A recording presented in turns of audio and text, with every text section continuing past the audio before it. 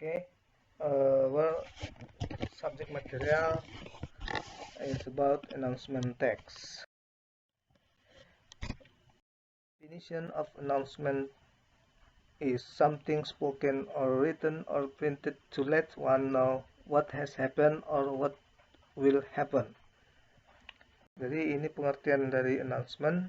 Announcement adalah sesuatu yang dibicarakan atau ditulis atau di print untuk membiarkan orang mengetahui apa yang sudah terjadi ataupun apa yang akan terjadi. Okay. This is the kind of announcement. There are some kind of announcement like pengumuman orang hilang or missing people announcement, debating in school announcement ataupun pengumuman kompetisi debat di sekolah, and pengumuman lowongan pekerjaan ataupun job vacancy announcement, and pengumuman orang meninggal ataupun death announcement.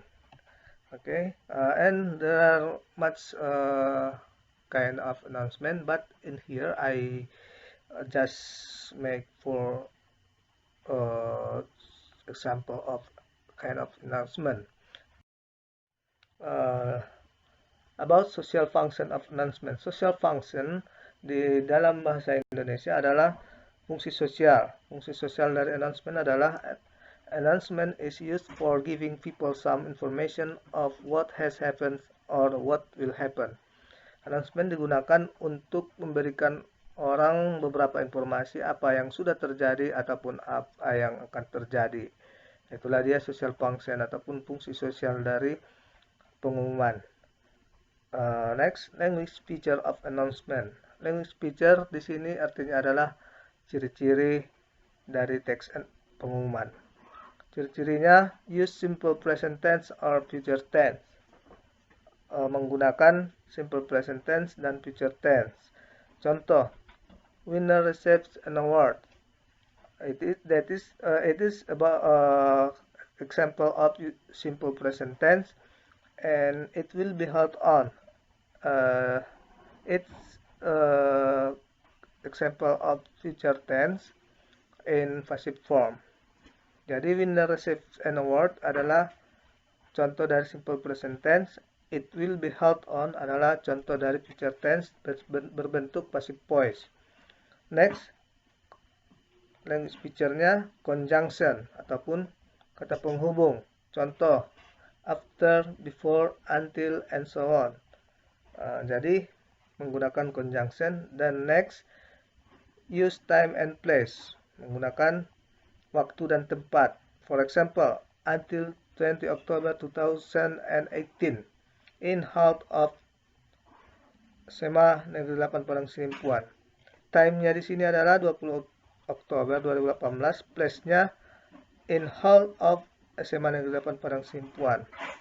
Next, imperative sentence, menggunakan kalimat imperatif. Contoh, please come to and join with us in blah blah blah. That is the language feature of announcement. Generic structure of announcement. Generic structure artinya adalah kerangka dari ataupun struktur announcement, struktur pengumuman. Struktur pembuatan announcement text adalah the first, use head, menggunakan ada headnya, ataupun the title or type of event or for who the announcement is. Jadi ada kepalanya ataupun judulnya. Yang kedua, body or contents, isi dari announcement. Jadi isinya di sini adalah ada di situ address, alamat, kontennya, isinya ada date, tanggal, place, tempat, program, apa di situ tujuannya. Itulah dia untuk body of contents. Dan nomor 3, closing ataupun penutup. Generally, closing used for more information. Umumnya, closing menggunakan kalimat for more information. And the last, the writer ataupun penulis, who is or someone or an institution who makes an announcement. Seseorang ataupun sebuah institusi yang membuat sebuah announcement. Jadi, itulah dia generic structure-nya.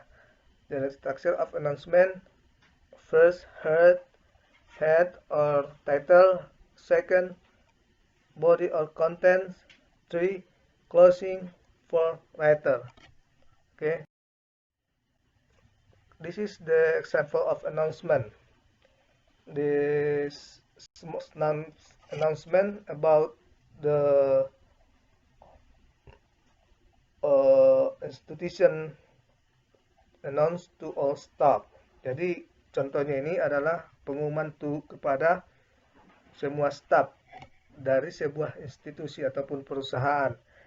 Here, explain what is the title, what is the informing sender, what is the stating date and time, stating the purpose.